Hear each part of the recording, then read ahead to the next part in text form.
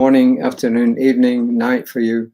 Doesn't really matter, does it? I was going to start off today by saying life is about balance. Now, we're still talking about boldness in our readings, probably for the rest of the month. I didn't go that far ahead, but certainly today and tomorrow, we're talking about boldness, different aspects of it. However, the one thing to remember is to live life in balance. And I try and balance things out. If you want to separate out the spiritual from the rest of it, then what does my balance in life look like? Well, it looks like some prayer time, usually first thing in the morning after I get up. Some meditation, a little bit of meditation, some breathing. And then, like today, for instance, do some work, a little bit of work. Yep, it's the weekend, a little bit of work. Prepare my readings when I come on here. And also try and get enough sleep. It's sometimes it's hard because my wife is a night owl, and getting her to bed sometimes is in itself a major challenge. However, last night I actually put the light out on her in the living room to get the message across, hey, let's go to bed. And then, of course, the other part is eating a fairly nutritious diet, a fairly healthy and nutritious diet, and also physically working out. We just came back from the gym not too long ago, a little bit, and I did not get changed, so I apologize for that, but there we are. So life is about balance. We have pets. It's good to spend time with them. One thing my wife does that's really good is she goes online, or she gets this stuff from her cousins and friends, which are uplifting little videos, about animals, about people being kind to each other, about really good stuff. Dancing. She loves dancing. She can see a dance of a tango. She's in heaven. She probably should have come from Argentina. But what I'm really saying is life is about balance. It's about these readings. And as I said, it's about prayer time, meditation, breathing, but also working out at the gym and having some free time for ourselves. I spend some time on my iPad playing games a little bit. So and then of course I spend time doing some real work. Is it real work? I don't know. And also in traveling when we can. So in other words, I think my own view is life is about balance. Has that anything to do with today's reading? No, but it occurred to me to say it, and therefore I think when anything comes to me that I think I should share, I do that. There we are then. Today's reading, getting back to the business at hand, is called Prophetic Boldness Part 1. Prophetic Boldness Part 1. First quote is from Reverend Dr. Martin Luther King Jr., who says, if the church does not recapture its prophetic zeal, it will become an irrelevant social club without moral or spiritual authority. I really don't have a lot of comments about that. It kind of speaks for itself. And Ernest Holmes in 365 Science of Mind. This is the book that Reverend Lisa used to read from, I think, for a whole year. As its name implies, 365, one reading for each day of the year. And this one is on page 117, paragraph 1. You always got to remember that these references to books I have recently discovered, well, I knew all along, but they're from a particular edition. And should I ever get the opportunity to do things like this, or just in my classes to quote books, I'm going to quote actually the year in which the book was published, and then people will know which edition to look at. Ernest Holmes, back to what he was saying, the divine is the substance of all things, and the law of all things, and there is everlasting motion and freedom. The Spirit is the stream of life throughout creation, forever purifying and renewing everything. As I said, that was from 365 Science of Mind. this next sentence, I had to read 3 times before I realized what Reverend Raymond was saying. Anyway, I'll tell you what it was. He says, when I wrote the daily guides for February 2023, I shared the above quotes on February 24's entry entitled Renewed Relevancy. And I was thinking 24, and then I realized he was talking about the 24th of February. It goes on to say, with our focus today being on prophetic boldness, was his focus, right? I thought it quite fitting to revisit the importance of relevancy as it relates to boldness. Many people teach the spiritual principles of New Thought. So many, in fact, that New Thought is now mainstream and secularized in a variety of ways. In some ways, this is great, in that it offers people the practices and principles they need to live a better life. On the other hand, the secular approach is missing pieces, such as community relationships, and also the importance of working together to benefit the world, rather than focusing on parking spaces and green lights and more money for individuals. Okay, let's just take a break for a second there. Reverend Raymond is not saying there's anything wrong with using our minds to produce parking spaces, green lights, and more money for individuals. He's not saying that at all, at least knowing him, I don't think he is. But what he's saying is that that's only a small piece of the puzzle. He goes on to explain why. Prophetic boldness centers on we consciousness. So that's going from I want to manifest this to manifesting for all of us.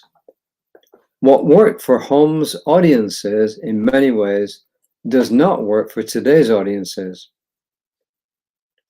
In a world where more and more people seek to decolonize, deconstruct, and reformulate a more intimate form of theology, the messages that resonated with the people of Holmes's era are not as resonant or relevant today.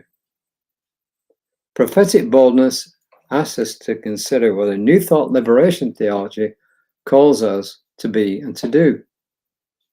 How are we called to be in partnerships with other people and organizations? Continuing to exist in our silos and operate as if we are in competition with other New Thought groups is not bold or healthy or relevant to our vision. Okay, I agree with what he's saying there. I'm not too sure that I agree with what was relevant for Holmes's audiences. I don't know, because I wasn't around back then when Holmes was doing all his stuff in the 20s and 30s and later. And neither was Reverend Raymond. So I don't know enough about that era to decide whether his message was relevant or not. Would be relevant today, and that the audience was seeking something different. I think one thing that's similar is people are always seeking better lives. What is probably more relevant today is on trying to be a global thinker, to think outside of our own little limited sphere, and to not just concentrate on the I. But, you know, Ernest Holmes himself did not concentrate on the I. He was a very humble man. He was a learned man, self-taught. And he did, of course, he preached New Thought theology. That was his thing. But Holmes himself definitely was not limited to thinking about what was relevant for just the individual. No, there are numerous instances where he looked way beyond that. And as far as race relations is concerned, you know, Holmes actually put his money where his mouth is. And when the Science of Mind magazine relegated a black church to the bottom of the list, and there was some other stuff that went on then. Holmes actually went to that church and gave a talk which was telling the people who were doing these things, no, that's not acceptable. He didn't admonish them per se, but his speech, his talk was straight to the point. And the next edition, guess what? It was corrected. And the church was put in its correct, I guess, alphabetical order. So Holmes certainly put his money where his mouth was. And he talked about, give me people who come here and are for everything, for something and against nothing. So Holmes, in my opinion, thought on a global basis. Was his message to the people at that time limited to that? I don't know. But since we pick a lot of stuff up by osmosis, and probably we pick a lot of stuff up through senses we don't fully understand now, I think Holmes' message really was to people, was to think bigger than just the individual scene or the local scene. But the message Reverend Ramont is trying to get across is that we need to start thinking on a global basis, that we need to start thinking on a wider basis. We need to start understanding, for instance, that racism is not, well, it isn't just an individual thing. It isn't just individual people who are racist. The system itself, at least in the States, and differently in different parts of the world, but it does exist in different ways and shapes and forms throughout the world, is not acceptable, that it's systemic, it's built into the system. And that's why it's so hard to get rid of it, because it's been in the system. In the US, for instance, since they first started importing people from Africa and enslaved them here. So that to me is another message of this, that look, we have to realize that we're not dealing with a simple thing. We're dealing with stuff outside of ourselves. And then when our consciousness begins to look beyond our own personal needs, that's when human beings as a race start to grow. And there's many, many examples, of course, around the world of people who've done that. Mother Teresa, for goodness sake, you could never get a better example of that in different ways. Princess Di, Nelson Mandela, and lots of others. So that's my message. It's simply this, let's begin to look outside of our own backyard, out of our own personal needs, and out of our own backyard. Let's look beyond that. Yes, let's use the science of mind to improve our own individual lives, but let's also use it to improve the lives of other people. Is that a good message? I don't know. It is to me. What is it to you? I embody prophetic zeal. That's the first part of the affirmation. I embody prophetic zeal. I am enthusiastically inspired by the fires of creation that bring our global visions to life. That's nice flowing language, right? I am enthusiastically inspired by the fires of creation that bring our global visions to life. And probably a good way to end. So, my usual reminders. First reminder is Reverend Lisa tomorrow morning, 9 o'clock, reading from the Science of Mind textbook. I'm pointing over here because that's where my copy is. It's down there. Well, one of them. I got some more on the bookshelf back there. And then at 11 o'clock, we have our service, which is always at 11 o'clock. Last week, we had a little technical hitch at the end. It cut out some things. For instance, it cuts out parts of my announcements. Well, big deal. You can get them in the email, and you can also get them at the church. If you go to our church, our spiritual center, they're actually printed out there, so you can see them. So until next time, I'm going to say au revoir and adieu and auf Wiedersehen and namaste.